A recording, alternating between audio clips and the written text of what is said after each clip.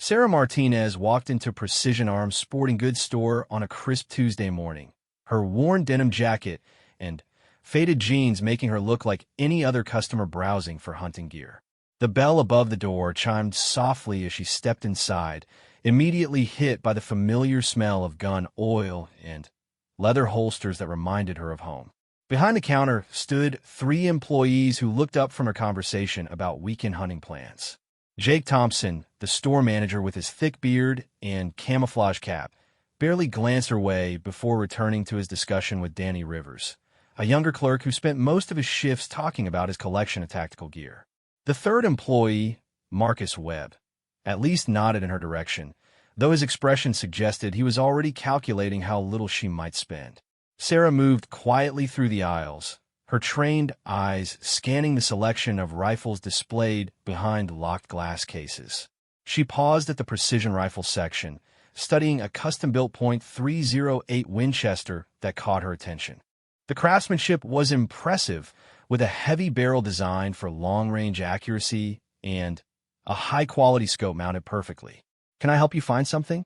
Marcus asked, approaching with the kind of polite but dismissive tone reserved for customers who probably couldn't afford the merchandise they were examining. "I'm looking at this .308, Sarah replied, pointing to the rifle that had captured her interest. "What's the effective range on this setup?" Danny overheard the conversation and walked over, unable to hide his amusement. "That's a serious rifle, miss. Probably more than you're looking for. We've got some nice .22s over here that might be better for target practice." Sarah's jaw tightened slightly, but her voice remained calm. "I'm specifically interested in the .308. What's the twist rate on the barrel?" The question caught Danny off guard. Most casual customers didn't ask about barrel specifications, but he quickly recovered his condescending attitude. "Look, that rifle costs more than most people make in a month. The twist rate is 1 in 10, but honestly, you'd probably be happier with something simpler." Jake joined the conversation, his thick arms crossed over his chest as he sized up Sarah with obvious skepticism. "Danny's right. That rifle requires serious skill to use effectively. It's designed for experienced marksmen who compete professionally or serve in specialized military units." "I understand the requirements," Sarah said quietly, her patience beginning to wear thin. "I've been shooting for quite a while." "Shooting what? Paper targets at the local range?" Jake asked with a laugh that made Sarah's hands clench into fists. "This isn't a hobby rifle, sweetheart. This is precision equipment for professionals." The dismissive tone and condescending nickname made something cold settle in Sarah's stomach. She had dealt with this attitude before, but it never got easier. Men who assumed that her gender automatically disqualified her from understanding firearms, tactics, or marksmanship. "Actually, I'm interested in testing it," Sarah said, her voice taking on an edge that the three men completely missed. "Do you have a range where customers can try before they buy?" Danny burst out laughing. "You want to test fire a precision rifle? Lady, do you have any idea what that involves? This isn't point and shoot. You need to understand ballistics, wind compensation, breathing techniques, trigger control." "I'm familiar with those concepts," Sarah interrupted, but Danny was already warming up to his lecture. "Have you ever fired anything more powerful than a hunting rifle? Because this thing kicks like a mule. Most guys have trouble handling the recoil, and that's after years of experience." Marcus shifted uncomfortably, sensing that the conversation was heading in the wrong direction, but Jake seemed to be enjoying himself. "Tell you what," Jake said with a grin that didn't reach his eyes. "We got a private range out back that we use for testing. If you really think you can handle this rifle, we'll set up some targets at 300 yards. But I'm warning you, this isn't like shooting at the county fair." Sarah met his gaze steadily. 300 yards? Too far, Danny asked with mock concern. "We could move them closer. Maybe start at 50 yards and work our way up." 300 is fine, Sarah replied. "What are we shooting at?" Jake's grin widened. "Standard bullseye targets. 10-inch circles. If you can put 3 shots in a 6-inch group, I'll personally apologize for doubting you." The challenge hung in the air like smoke from a fired round. Sarah knew she was being set up for humiliation, but she also knew something these men didn't. She had put thousands of rounds downrange at distances that would make their 300-yard challenge look like a warm-up exercise. And if I can do better than 6 inches? Sarah asked quietly. Better? Jake laughed. Honey, if you can hit the target at all, I'll eat my hat. But, sure, if you somehow manage to shoot better than 6 inches, I'll give you 20% off the rifle. Danny and Marcus exchanged glances. 20% off a rifle that expensive was significant money, but they weren't worried. They had seen plenty of customers who talked a big game until they got behind a precision rifle and realized that actual marksmanship required more than confidence. Deal, Sarah said simply. Jake led the way to the back of the store, past displays of hunting gear and tactical equipment, to a door marked Authorized Personnel Only. Beyond it lay a narrow hallway that opened into a surprisingly professional indoor range facility. The space was longer than it appeared from outside, with adjustable target systems that could be set at various distances. We usually use this for law enforcement training, Jake explained as he began setting up the rifle on a shooting bench. Local police department rents it out for precision rifle courses. Sarah watched him handle the weapon, noting that his technique was competent but unremarkable. He mounted the rifle in a standard rest and adjusted the scope, taking longer than necessary to complete tasks that should have been routine.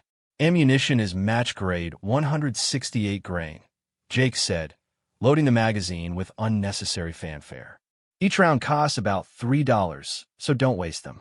The comment was clearly designed to add pressure, to make Sarah think twice about each shot. What Jake didn't realize was that Sarah had fired ammunition that cost significantly more per round, in situations where missing meant consequences far worse than embarrassment. Danny operated the target system, sending a standard bullseye downrange to the 300-yard mark.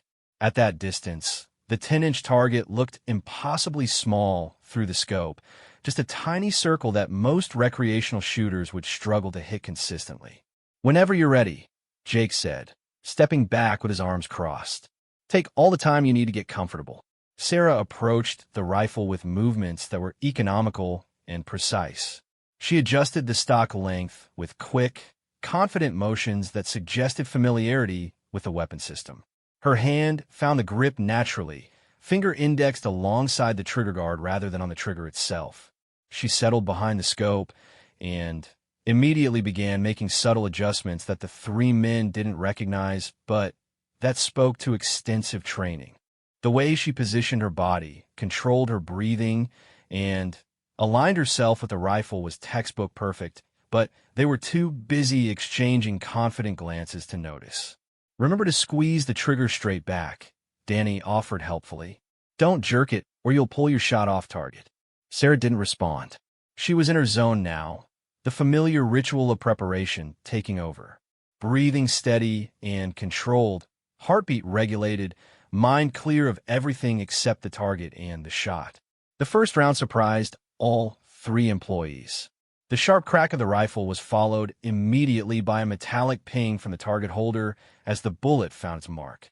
At 300 yards, it was impossible to see exactly where the shot had landed, but there was definitely a hit.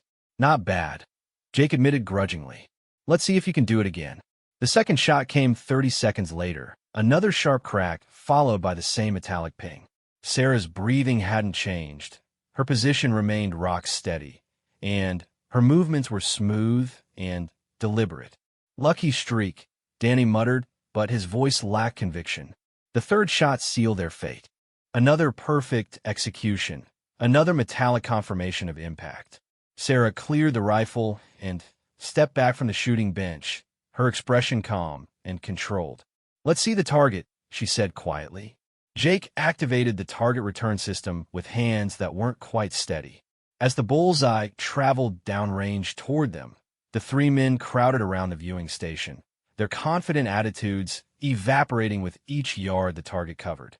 When the target finally arrived, the silence in the range was deafening. 3 holes were clustered in the center of the bullseye, so tightly grouped that they could have been covered by a quarter. It wasn't just good shooting, it was exceptional marksmanship that most professional shooters would struggle to achieve. "That's impossible," Danny whispered, staring at the target as if it might change if he looked hard enough. Jake's face had gone pale. He had seen police snipers who couldn't shoot that well, and this woman had just made it look effortless. The holes were perfectly centered, with a group size that measured less than 2 inches. "Ow!" Marcus asked, his voice barely audible. Sarah looked at the 3 men who had spent the better part of an hour insulting her abilities and questioning her knowledge. Their smugness had evaporated, replaced by confusion and something that might have been respect. "Experience," she said simply, but there was something in her tone that suggested depths they couldn't fathom. Jake fumbled with the target, measuring the group size with shaking hands. 1.75 inches, he announced, his voice cracking slightly. The implications were staggering. Sarah had not only beaten his 6-inch challenge, she had destroyed it. The level of precision she had demonstrated was beyond anything they had expected, beyond anything they thought possible from a walk-in customer. "Who are you?" Jake asked, his earlier condescension replaced by genuine bewilderment. Sarah picked up her jacket and slung it over her shoulder. "Someone who's been underestimated before," she replied, heading toward the door. As she walked away, the 3 men stood in stunned silence, staring at the target that had shattered their assumptions and left them questioning everything they thought they knew about the quiet woman who had just humiliated them with 3 perfect shots. Outside, Sarah's phone buzzed with an incoming call. The caller ID made her smile slightly. It was a number she recognized, though she hadn't spoken to the person in months. Sometimes timing was everything, and something told her this call was going to make her day significantly more interesting. She answered on the 3rd ring, her voice warm with genuine affection. "Hello, Dad." General Robert Martinez felt a familiar warmth spread through his chest at the sound of his daughter's voice. It had been 3 months since they last spoke, though not by choice. Sarah's work kept her deployed in locations where communication was difficult, and his responsibilities at Fort Braxton demanded most of his waking hours. "Sarah, sweetheart, how are you holding up?" he asked, settling into the leather chair behind his desk. Through his office window, he could see soldiers conducting morning drills on the parade ground, their movements precise and coordinated. "I'm doing well, Dad. Actually, I'm back stateside for a few weeks. Debriefing and evaluations before the next assignment." Robert's eyebrows rose with interest. Sarah rarely discussed her work in detail, but he knew enough to understand that her assignments were significantly more dangerous than she ever let on. The fact that she was home meant her latest mission had been completed successfully. "Where are you staying?" he asked, though he suspected he already knew the answer. "Small town called Millbrook, about 2 hours from your base. I'm renting a cabin near the lake for some peace and quiet." Robert nodded, understanding completely. Sarah had always needed solitude to decompress after difficult operations. The fact that she had chosen a location relatively close to his assignment was encouraging. It suggested she might be ready for more regular contact. "I was actually calling because something interesting happened this morning," Sarah continued, and Robert detected a note of amusement in her voice that he hadn't heard in years. "Oh, what kind of interesting?"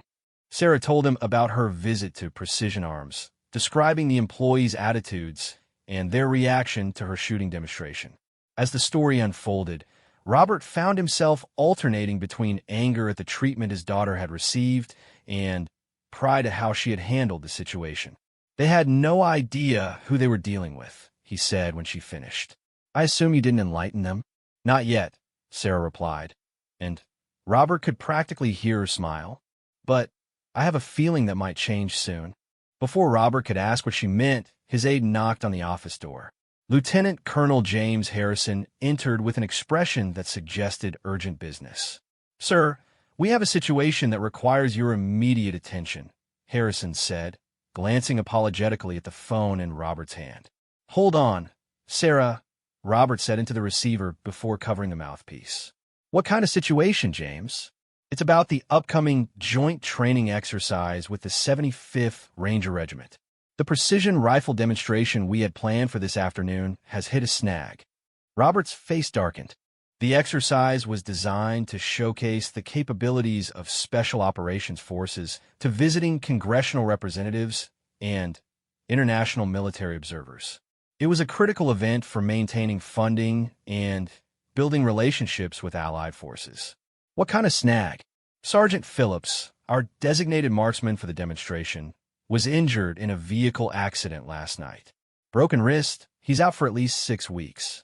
Captain Torres is scrambling to find a replacement, but everyone else with the necessary qualifications is either deployed or committed to other operations. Robert felt a headache beginning to form behind his eyes. The demonstration was scheduled for 1400 hours, and finding a precision rifle specialist on such short notice was nearly impossible. The skill set required wasn't something that could be improvised or faked in front of experienced military observers. "How bad does this make us look?" Robert asked, though he suspected he already knew the answer. "Very bad, sir. Representative Coleman specifically requested to see our precision rifle capabilities. If we cancel or scale back the demonstration, it raises questions about our readiness and resource allocation." Robert uncovered the phone, his mind racing through possible solutions. "Sarah, I need to call you back. We have a situation developing here." "What kind of situation?" she asked, and something in her tone suggested she was more than casually interested. Robert hesitated, then decided there was no harm in explaining. Sarah had security clearance that exceeded most officers on his staff, and her insights were often valuable. "We're supposed to conduct a precision rifle demonstration this afternoon for some VIPs, but our designated marksman got injured. We're scrambling to find a replacement with the necessary qualifications." The line was quiet for several seconds. Then Sarah asked, "What kind of qualifications?" "Expert-level precision rifle skills, security clearance, presentation abilities, and the kind of track record that would impress congressional representatives and foreign military attaches." Another pause. "Dad, what if I told you that your problem might have just solved itself?" Robert's pulse quickened. He knew that tone. It was the same voice Sarah had used as a child when she had figured out a solution to a problem that had stumped the adults around her. "What are you thinking?" "I'm thinking that your daughter happens to be an expert precision rifle specialist with top-secret clearance who just demonstrated her capabilities this morning.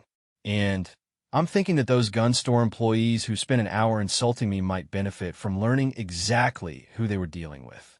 Robert felt his headache evaporating, replaced by the kind of anticipation he hadn't experienced in months.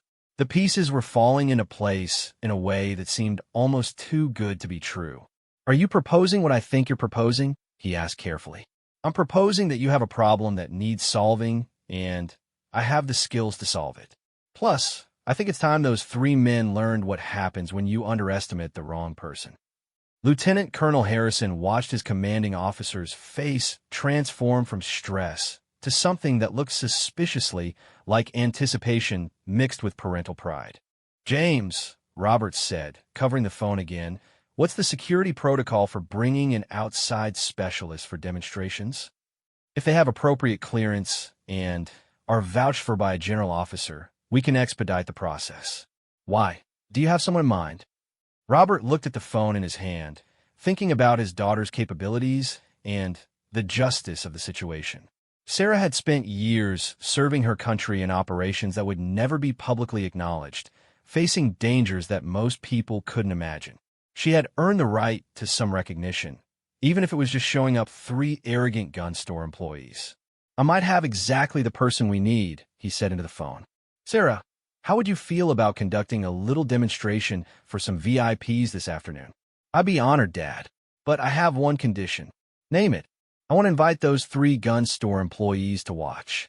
Tell them it's an exclusive demonstration for local business owners who support the military community." Robert's grin widened.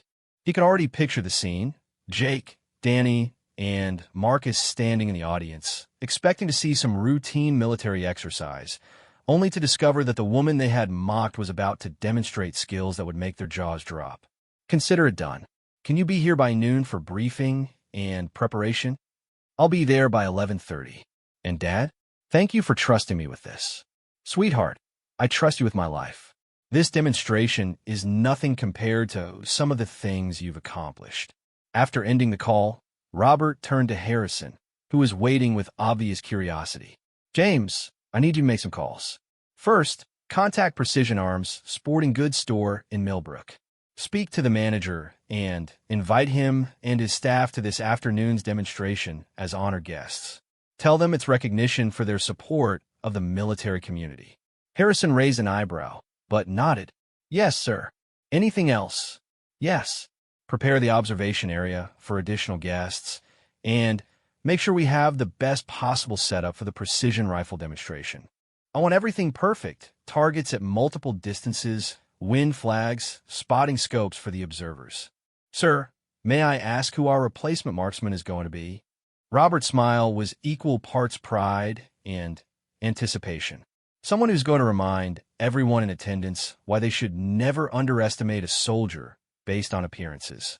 As Harrison left to make the necessary arrangements, Robert leaned back in his chair and thought about the morning's events. Sometimes the universe had a sense of humor, bringing together circumstances in ways that created perfect opportunities for justice. His phone rang again, and he answered to find Captain Torres on the line, stress evident in his voice. Sir, I've been calling every base within 200 miles trying to find a qualified replacement for Sergeant Phillips. So far, no luck. Everyone with the necessary skills is either deployed or unavailable. Captain, you can stop your search. I've found our replacement. Sir, that's excellent news. What unit are they from? Let's just say they're a specialist with extensive field experience and the kind of credentials that will impress our guests. Prepare the usual briefing materials, but plan for a demonstration that's going to exceed everyone's expectations. After Torres acknowledged the instructions and ended the call, Robert opened his desk drawer and pulled out a framed photograph that he rarely displayed openly. It showed Sarah in desert camouflage, rifle in hand, with a backdrop of mountains that suggested a deployment zone most people would never visit. The photo had been taken after a mission that officially never happened, in a place that wasn't supposed to exist, by a photographer whose identity was classified. It showed his daughter doing the work that kept civilians safe in their beds at night, work that required skills and courage that few people possessed. Today, those skills were going to serve a different purpose. Today, Sarah was going to remind some arrogant gun store employees that assumptions could be dangerous, and that the quiet woman they had dismissed was someone they should have treated with respect. Robert returned the photograph to the drawer and began reviewing the afternoon's agenda. The demonstration was going to be memorable for all the right reasons, and he was going to enjoy every minute of watching his daughter prove exactly who she was. Outside his window, the morning drills continued with military precision, but Robert's attention was already focused on the afternoon ahead. Sometimes justice came in unexpected forms, and today it was going to arrive with expert marksmanship and a lesson that 3 men would never forget. The phone rang again, but this time Robert answered with anticipation rather than dread. The day was about to become significantly more interesting. Jake Thompson stared at his office phone as if it might bite him. The call from Fort Braxton had come completely out of nowhere, delivered by some lieutenant colonel who spoke with the kind of authority that made Jake automatically straighten his posture even though the man couldn't see him. An exclusive military demonstration for local business leaders who support the military community.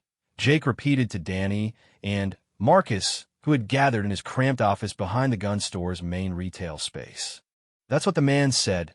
Jake continued, still processing the unexpected invitation. Apparently, our store has been identified as a strong supporter of military personnel, and they want to invite us to watch some kind of precision rifle demonstration this afternoon. Danny's eyes lit up with excitement. Are you serious? We get to watch actual military snipers in action. Marcus looked more skeptical. Why us? I mean, we sell hunting rifles and sporting goods. We're not exactly a major military contractor. Jake had been wondering the same thing, but the lieutenant colonel's explanation had been convincing enough. Precision Arms did offer military discounts, and they had donated some equipment to local law enforcement training programs. Maybe word had gotten around about their community involvement. Doesn't matter why, Danny asked, practically bouncing with enthusiasm. This is like getting a behind-the-scenes look at elite military operations. Do you think they'll let us ask questions? The officer said we'd have full access to the observation area and opportunities to interact with the demonstrators, Jake replied, consulting the notes he had scribbled during the call. We need to be there by 13:30 hours. That's 1:30 in civilian time. Marcus shook his head in amazement. This morning we're dealing with customers who think they know about precision shooting, and this afternoon we get to see how it's really done. The comment brought Jake's thoughts back to the strange woman who had visited that morning, Sarah something or other, who had somehow managed to shoot a group that still made him question his understanding of marksmanship. He had measured that target 3 times, unable to believe what he was seeing. Speaking of precision shooting, Danny said, clearly thinking along the same lines, what do you think about that lady this morning? That shooting was pretty incredible. Jake frowned, still bothered by the morning's events. Lucky shots. Had to be. Nobody walks into a gun store and shoots like that without proper training and years of experience. But what if she did have training? Marcus asked carefully. What if we completely misjudged her? Then she would have said something. Jake replied firmly. People don't just let you insult them if they have real credentials. She would have corrected us, told us about her background. Something. Danny nodded enthusiastically. Exactly. Real experts don't hide their experience. They're proud of what they can do. The 3 men spent the next hour speculating about the afternoon's demonstration while serving the handful of customers who drifted through the store. Jake found himself repeatedly checking the clock, anticipation building as 1:30 approached. At 12:45, they locked up the store and piled into Jake's pickup truck for the drive to Fort Braxton. The military base was impressive from the outside. High fences, serious-looking guards, and an atmosphere of controlled efficiency that made all 3 men sit up straighter. The gate guards were expecting them, checking identification against a list before providing visitor badges and detailed directions to the demonstration area. As they drove through the base, past rows of military vehicles and training facilities, Danny provided running commentary on everything he saw. Look at those Humvees. And is that a Bradley fighting vehicle?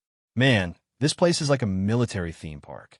The demonstration area was located on a large field behind the main administrative buildings, with a covered observation platform that offered clear views of multiple target ranges extending into the distance. When they arrived, about 30 people were already present, a mix of civilian officials in business attire and military personnel in dress uniforms. Lieutenant Colonel Harrison greeted them personally, introducing himself and providing a brief overview of the afternoon's agenda. Jake was impressed by the man's professionalism and the obvious care that had gone into organizing the event. We're particularly excited about today's demonstration, Harrison explained as he led them to reserve seats in the front row of the observation area. Our marksman for today has exceptional qualifications and will be demonstrating precision rifle capabilities at distances ranging from 300 to 800 meters. Marcus whistled softly. 800 meters? That's over half a mile. Indeed, Harrison replied with a smile.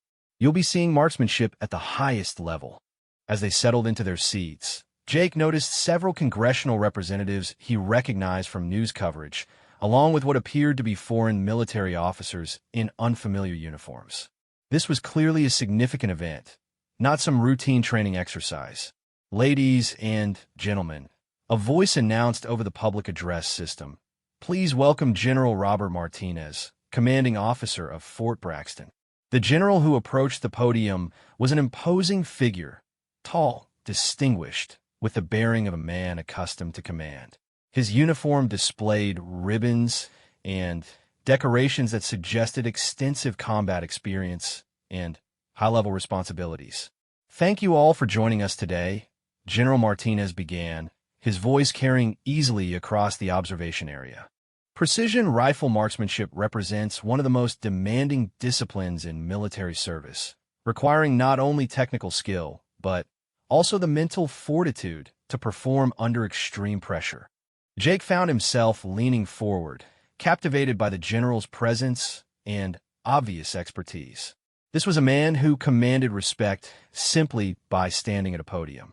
Today's demonstration will showcase capabilities that are essential to modern military operations, the general continued. Our marksman has extensive field experience in challenging environments and will be demonstrating techniques and accuracy levels that represent the pinnacle of the profession. Danny elbowed Jake excitedly. This is going to be incredible. I bet this guy has been shooting professionally for 20 years. The targets you see downrange are positioned at 300, 500, and 800 meters, General Martinez explained, gesturing toward the distant target frames that were barely visible without binoculars. Our marksman will engage each target with 3 rounds, demonstrating both accuracy and consistency at extended ranges. Jake noticed that spotting scopes had been positioned throughout the observation area, allowing guests to observe the target impacts in real time. This level of organization suggested that the demonstration was designed to be both educational and impressive. I should mention, the general added with what might have been a slight smile, that today's marksman is someone with whom some of you may already be familiar, though perhaps not in this context. The comment puzzled Jake, but before he could think about it too deeply, movement near the firing line caught his attention. A figure in military fatigues was approaching the shooting position, carrying what appeared to be a precision rifle system. "Ladies and gentlemen," General Martinez announced, "please welcome our marksman for today's demonstration." The figure turned toward the observation area, and Jake felt the world tilt slightly on its axis. Even at a distance of 50 meters, even partially obscured by military gear and a tactical cap, he recognized the woman who had walked into his store that morning and destroyed his assumptions with 3 perfect shots. "No way," Danny whispered, his voice barely audible. That can't be." But it was Sarah Martinez, and Jake now understood why that surname had seemed familiar, raised her hand in acknowledgement of the audience's applause. She moved with the same quiet confidence she had displayed in the store, but now her demeanor made perfect sense. Marcus made a sound that might have been a groan or a prayer. "We're dead. We are absolutely dead." Jake's mind raced through the morning's events, replaying every condescending comment, every dismissive gesture, every assumption they had made about the woman who was now preparing to demonstrate marksmanship skills in front of congressional representatives and foreign military observers. The Martinez name might be familiar to some of you. General Martinez continued from the podium, and Jake realized with growing horror that this was personal. Our marksman today is not only an expert precision rifle specialist, but also happens to be my daughter. The applause that followed seemed to echo inside Jake's skull like thunder. Every person in the observation area was clapping for the woman they had treated like an amateur, the woman whose abilities they had questioned and whose knowledge they had dismissed. Sarah began her equipment check with movements that were economical and professional. Jake watched through one of the spotting scopes as she adjusted her position, controlled her breathing, and aligned herself with the rifle in a way that demonstrated years of training and field experience. "The first target is positioned at 300 meters, General Martinez announced. Standard military engagement distance for precision rifle work. 300 meters. The same distance where Sarah had embarrassed them that morning with a group size that most competition shooters would struggle to achieve. Now Jake understood that what they had witnessed wasn't luck or beginner's fortune. It was a professional demonstration by someone operating well within her capabilities. The first shot cracked across the field with authority, and the spotting scope revealed a perfect center hit on the distant target.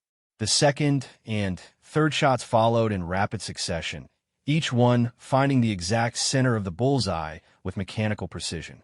"Perfect center group at 300 meters, the range officer announced. "Group size measures less than 2 inches. The audience applauded, but Jake was too stunned to move. He was watching the same woman who had asked about twist rates and effective range, the same woman they had lectured about recoil and breathing techniques, the same woman who had listened to their condescending advice without saying a word about her actual qualifications. "The second target is positioned at 500 meters, General Martinez continued. "This represents the outer limits of standard infantry engagement ranges and requires significant skill to achieve consistent accuracy." Sarah made minor adjustments to her scope, and settled into position for the longer shot. The targets at 500 meters were barely visible to the naked eye, tiny dots that required optical assistance to observe clearly. The shots came with the same methodical precision, each one followed by confirmation of impact from the range officer. Group size at 500 meters was under 3 inches, a level of accuracy that silenced the entire observation area. Danny was staring through his assigned spotting scope with an expression of absolute disbelief. "She's not even struggling," he whispered. "She's making it look routine." The realization was devastating. Everything they thought they knew about marksmanship, everything they had assumed about skill levels and training requirements, was being systematically dismantled by the woman they had treated like a novice. "The final target is positioned at 800 meters, General Martinez announced. At this distance, environmental factors become critical, and the margin for error essentially disappears. 800 meters was more than half a mile, a distance where even expert marksmen struggle to achieve consistent hits. Jake found himself holding his breath as Sarah prepared for the most challenging shots of the demonstration. The rifle cracked once, twice, 3 times. Each shot was followed by a pause that seemed to stretch forever before the range officer's voice confirmed another perfect hit. All 3 rounds center mass at 800 meters, the announcement came. Group size measures 2.5 inches. The applause was thunderous, but Jake barely heard it. He was staring at the woman who had just demonstrated capabilities that exceeded anything he had imagined possible. This wasn't just expert marksmanship. This was the kind of precision that defined the difference between professionals and everyone else. As Sarah secured her rifle and began walking back toward the observation area, Jake realized that the reckoning he had been dreading all afternoon was about to begin. She was heading straight for their section of the stands, and there was nowhere to run. Sarah Martinez approached the observation area with measured steps, her rifle secured, and her equipment properly stowed. The adrenaline from the demonstration was already fading, replaced by the satisfaction that came from flawless execution under scrutiny. But more than that, she was anticipating the conversation that was about to unfold. General Martinez intercepted her halfway to the stands, his face beaming with pride that he made no effort to conceal. "Outstanding work, specialist," he said formally for the benefit of nearby observers, before dropping his voice to add, "I'm proud of you, sweetheart."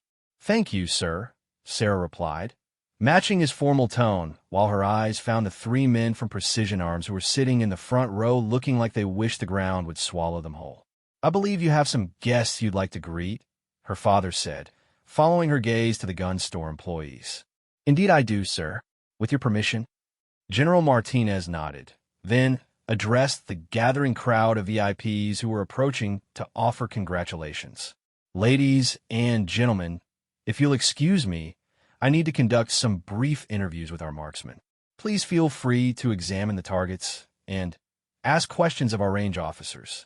As the general smoothly redirected the crowd's attention, Sarah made her way to where Jake, Danny, and Marcus sat in various states of shock and mortification. Their faces had gone pale, and she could practically feel their discomfort radiating across the distance between them. "Gentlemen," she said pleasantly as she approached, "I hope you enjoyed the demonstration." Jake tried to speak, but managed only a strangled sound that might have been an attempt at words.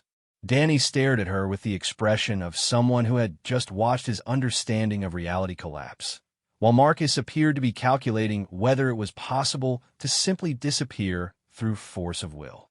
"I believe we met this morning at your store," Sarah continued, settling into a nearby chair with the same casual confidence she had displayed earlier. "You were kind enough to let me test that .308 rifle. You're—" Danny finally managed to form partial words, though they came out as barely a whisper. "I'm Sarah Martinez," she replied simply, "and I believe I owe you gentlemen an explanation." Jake found his voice, though it cracked slightly when he spoke. We had no idea. You're shooting this morning, we thought." "You thought it was luck," Sarah finished for him. "Or beginner's fortune. I remember your exact words. Something about most guys having trouble with recoil after years of experience." The comment hit like a physical blow. Danny actually winced, remembering his condescending lecture about breathing techniques and trigger control delivered to someone whose credentials now dwarfed anything he could claim. "Ma'am, we sincerely apologize," Marcus said, finding his voice and some semblance of dignity. "Our behavior this morning was completely inappropriate." Sarah studied the three men, noting their genuine distress and obvious shame. They weren't bad people, she realized, just men who had made assumptions based on appearances and let their egos override their judgment. "Tell me something," she said after a moment. "What did you think when you saw my shooting this morning? Before you decided it was luck, what was your honest assessment?" Jake struggled with the question, remembering his initial reaction to seeing the target. "It was incredible. Better than anything I'd ever seen outside of competition shooting. The group size was impossible. But you convinced yourself it couldn't be real," Sarah observed. "Because someone who looked like me couldn't possibly have the training and experience necessary to achieve that level of precision." The truth hung in the air between them like smoke from a fired round. They had seen evidence of her capabilities with their own eyes, but had chosen to dismiss it rather than challenge their preconceptions. "How long have you been shooting?" Danny asked quietly, his earlier arrogance completely gone. "Competitively since I was 12, Sarah replied. "Professionally for the past 8 years. I've served in locations where precision rifle work was a daily requirement, not a weekend hobby." The implications were staggering. While they had been selling hunting rifles and playing weekend warrior, Sarah had been developing her skills in environments where accuracy meant the difference between life and death. "What unit?"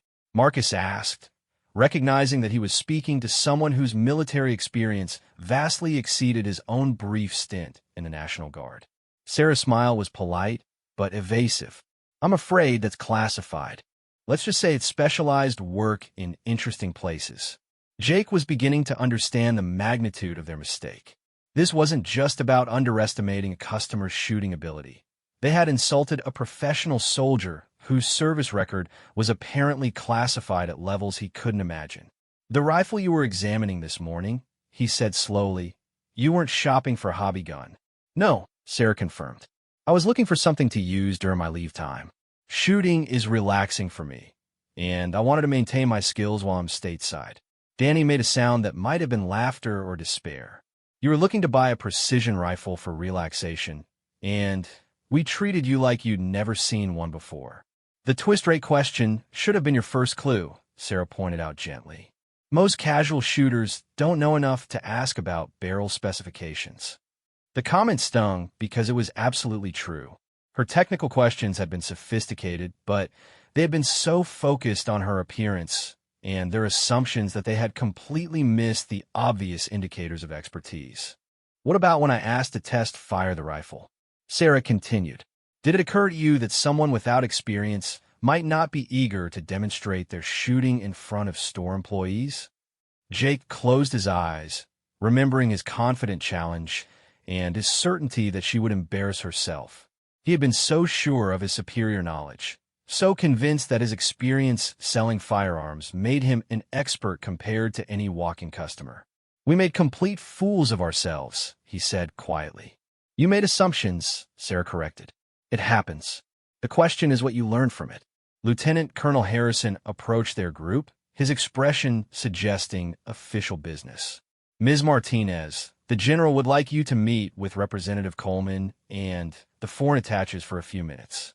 They have some questions about precision rifle training programs." Sarah nodded and stood to follow Harrison, but paused to address the 3 gun store employees one more time. "Gentlemen, I'd like to make you an offer. Tomorrow morning, if you're interested, I'd be happy to come to your range and give you some genuine instruction on precision rifle techniques. Consider it a professional development opportunity." The offer was generous beyond anything they deserved, and all 3 men knew it. After the way they had treated her, she had every right to simply walk away and let them live with their embarrassment. "You do that?" Marcus asked, disbelief evident in his voice. "After how he acted?" "Everyone deserves a chance to improve their skills," Sarah replied. "Besides, you run a business that serves the shooting community. The more you know about precision marksmanship, the better you can serve your customers. Jake felt something tight in his chest begin to loosen. We'd be honored to learn from you, ma'am, and deeply grateful. Then, I'll see you at 9 tomorrow morning, Sarah said with a smile. Bring the .308 we looked at this morning. It's actually a very nice rifle, and I think I might be interested in purchasing it after all. As Sarah walked away with Lieutenant Colonel Harrison, the three men sat in stunned silence, watching her disappear into the crowd of VIPs and military officials. Around them, the demonstration was winding down, but the conversations were animated as observers discussed the extraordinary marksmanship they had witnessed. Did that really just happen? Danny asked, his voice barely above a whisper. We insulted a professional sniper, got invited to watch her demonstrate skills that most people only see in movies, received a sincere offer for personal instruction, and she's still planning to buy the rifle, Marcus summarized. So yes, it really happened.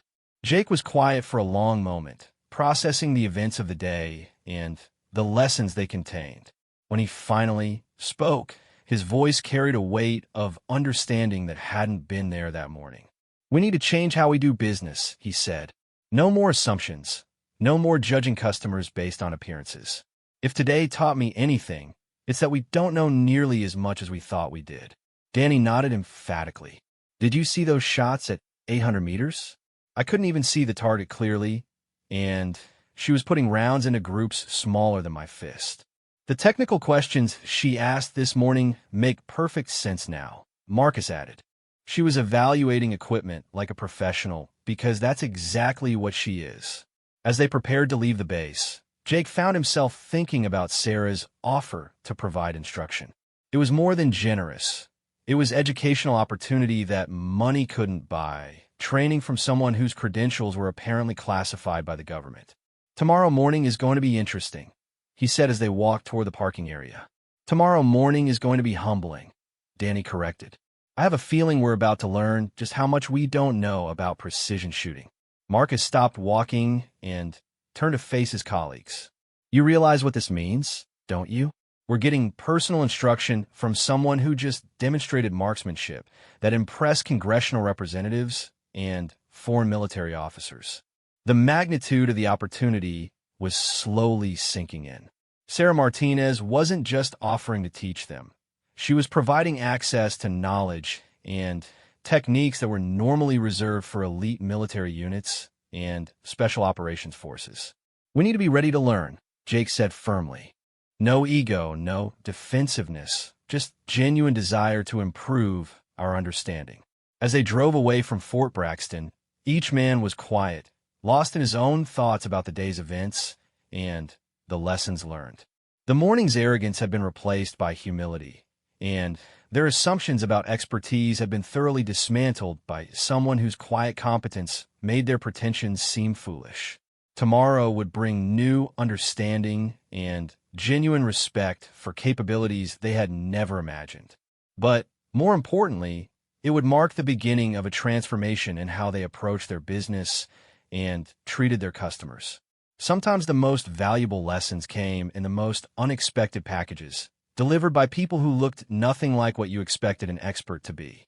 Sarah Martinez had taught them that lesson in the most memorable way possible, and they would carry it with them for the rest of their careers.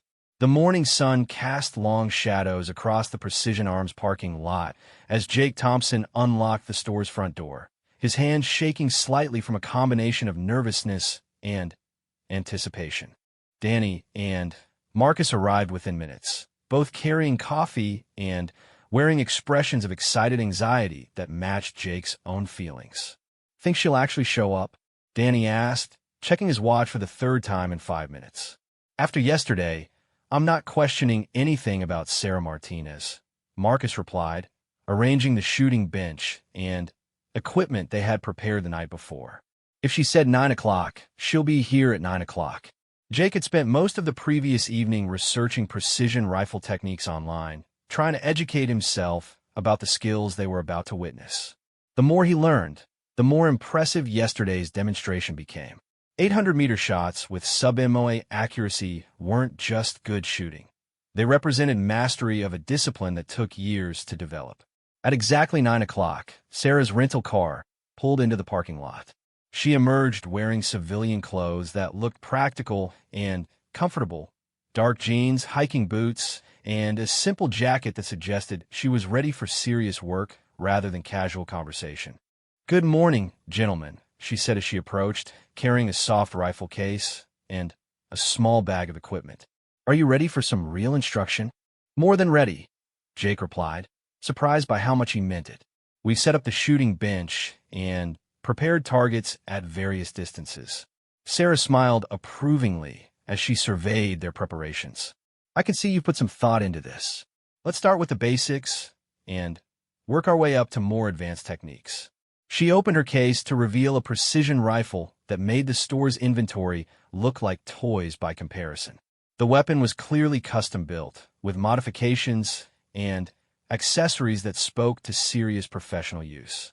"This is a custom .300 Winchester Magnum built specifically for long-range work," Sarah explained, assembling the rifle with smooth, practiced movements. "It's designed for the kind of shooting we'll be practicing today." Danny watched her hands work with mechanical precision, noting details he had never noticed before. "How do you know when a rifle is properly set up for precision work?" "Excellent question," Sarah replied, clearly pleased by his genuine interest. "It starts with understanding what precision actually means. Most people think it's just about accuracy, but that's only part of the equation." She spent the next hour walking them through concepts they had never considered: barrel harmonics, ammunition consistency, environmental factors, and the dozens of variables that affected long-range shooting. Her explanations were clear and technical without being condescending, and she encouraged questions at every step.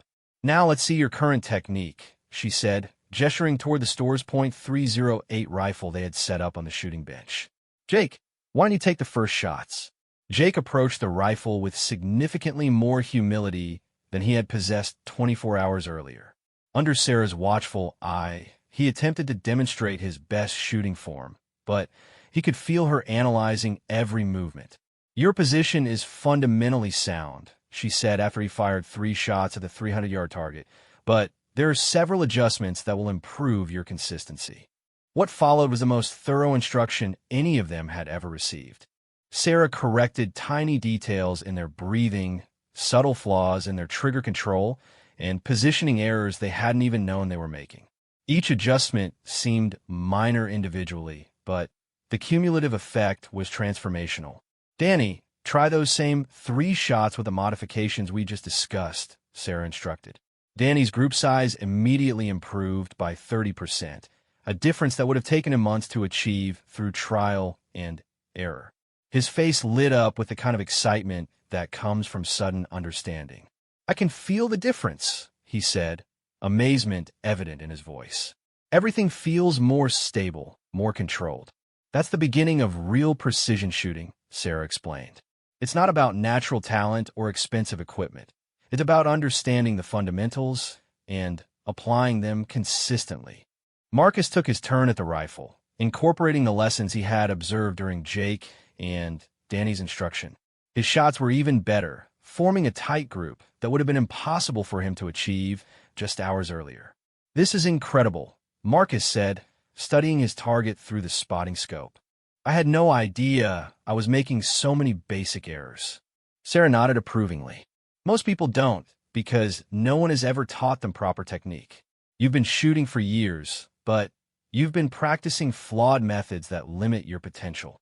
As the morning progressed, Sarah introduced increasingly advanced concepts: reading wind conditions, calculating bullet drop, adjusting for temperature and humidity, and the mental discipline required for consistent performance under pressure. "Let me show you something interesting," she said, taking position behind the rifle and aiming at a target they had placed at 500 yards. "Watch how environmental factors affect bullet trajectory." She fired a single shot, then adjusted her scope and fired again. The 2 impacts were separated by several inches, demonstrating how tiny changes in conditions could dramatically affect accuracy at distance. "The first shot was calculated for current conditions," she explained. "The second shot used the same hold, but I compensated for wind that shifted between shots. At longer ranges, those environmental changes become critical. Jake shook his head in amazement. We've been selling precision rifles without understanding the first thing about precision shooting. Don't feel bad about that, Sarah said kindly. Most gun store employees aren't expected to be expert marksmen. But understanding these concepts will help you serve your customers better and recommend appropriate equipment for their skill levels. She spent another hour demonstrating techniques they had only heard about in theory, shooting from improvised positions, calculating holds for extreme range shots, and the mental processes that separated good shooters from exceptional ones. The technical skills are just the foundation, she explained while demonstrating an offhand shooting position that seemed impossibly steady. Real expertise comes from the ability to perform under pressure in uncomfortable positions with equipment that isn't perfect. Danny attempted to duplicate her offhand technique and was amazed when his shots grouped better than his usual bench rest shooting. How is that possible? Because you're applying proper fundamentals instead of relying on equipment to compensate for poor technique, Sarah replied. A skilled shooter with basic equipment will outperform an amateur with expensive gear every time. As the session continued, all three men began to understand just how much they didn't know about the business they had been in for years. Sarah's knowledge seemed limitless, covering everything from ballistic coefficients to the psychological aspects of precision shooting under stress. I have a confession to make, Jake said during a brief break. Yesterday morning, when you were asking technical questions about that rifle, we thought you were just trying to sound knowledgeable. Sarah laughed, the first time they had heard her express genuine amusement. Those questions were actually pretty basic by professional standards. I was trying to determine if the rifle met minimum specifications for the kind of shooting I do regularly. Which is what, exactly? Marcus asked carefully. Let's just say that my work sometimes requires shots at distances and in conditions that would challenge most competitive shooters, Sarah replied diplomatically. Yesterday's demonstration was actually a relatively simple exercise compared to some operational requirements. The implications were sobering. They had witnessed what they considered impossible marksmanship, only to learn that it represented routine capability for someone with Sarah's background. Speaking of yesterday, Danny said hesitantly, we owe you a much more serious apology than we gave you. Our behavior was inexcusable. Sarah studied the three men, noting their genuine remorse and the effort they had put into learning from their mistakes. You know what impresses me most about this morning? Your willingness to admit what you don't know and learn from someone you initially dismissed. Hard not to learn when the teacher is someone who just gave a precision rifle demonstration for congressional representatives, Jake said with rueful humor. The audience doesn't matter, Sarah replied seriously. What matters is the commitment to improvement. You've shown more genuine interest in learning proper technique in one morning than most people show in years of casual shooting. As the session concluded, Sarah began packing her equipment while the three men processed everything they had learned. The transformation in their understanding was dramatic. They had started the morning as amateur shooters who thought they understood precision rifles, and ended it as students who were beginning to grasp the depth of the discipline. I'd like to make you an offer, Sarah said as she secured a rifle case. I'm going to be in the area for another week before my next assignment. If you're interested, I could come back and we could work on some more advanced techniques. The offer was met with immediate and enthusiastic acceptance. The opportunity to continue learning from someone of Sarah's caliber was beyond anything they had hoped for. There's one more thing, Sarah added with a slight smile. I'm still interested in purchasing that .308 rifle. After working with it this morning, I think it would serve my needs very well. Jake felt a warmth spread through his chest that had nothing to do with the morning sun. Ms. Martinez, it would be our honor to sell you that rifle. And given everything you've taught us today, I think that 20% discount I promised is the least we can do. As Sarah completed the paperwork for her purchase, the three men reflected on the extraordinary 24 hours they had experienced. They had learned more about precision shooting, customer service, and their own limitations than in all their previous years in the business combined. One last question, Danny asked as Sarah prepared to leave. What's the most important lesson you think we should take from this experience? Sarah paused at the door, considering her answer carefully. Never assume you know someone's capabilities based on their appearance. Expertise comes in many forms, and respect should be earned through demonstrated competence, not granted based on stereotypes. As she drove away, Jake, Danny, and Marcus stood outside their store with a new understanding of their business and their responsibilities to their customers. The woman who had walked in yesterday morning looking for a precision rifle had given them far more than they deserved: education, patience, and the opportunity to become better at what they did. We're going to run this store differently from now on, Jake said firmly.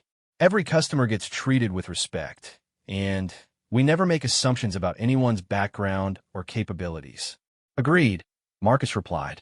And maybe we should spend more time actually learning about the products we sell instead of just assuming we already know everything. Danny nodded enthusiastically. I want to sign up for some formal marksmanship training. After this morning, I realize how much I have to learn. As they returned to work, each man carried with him a renewed sense of purpose and a deeper appreciation for the complexity of precision shooting. They had been humbled by someone who had every right to embarrass them publicly, but who had instead chosen to educate and encourage them. Sometimes the most valuable lessons came from people who looked nothing like what you expected an expert to be. Sarah Martinez had proven that point definitively, and they would never forget it.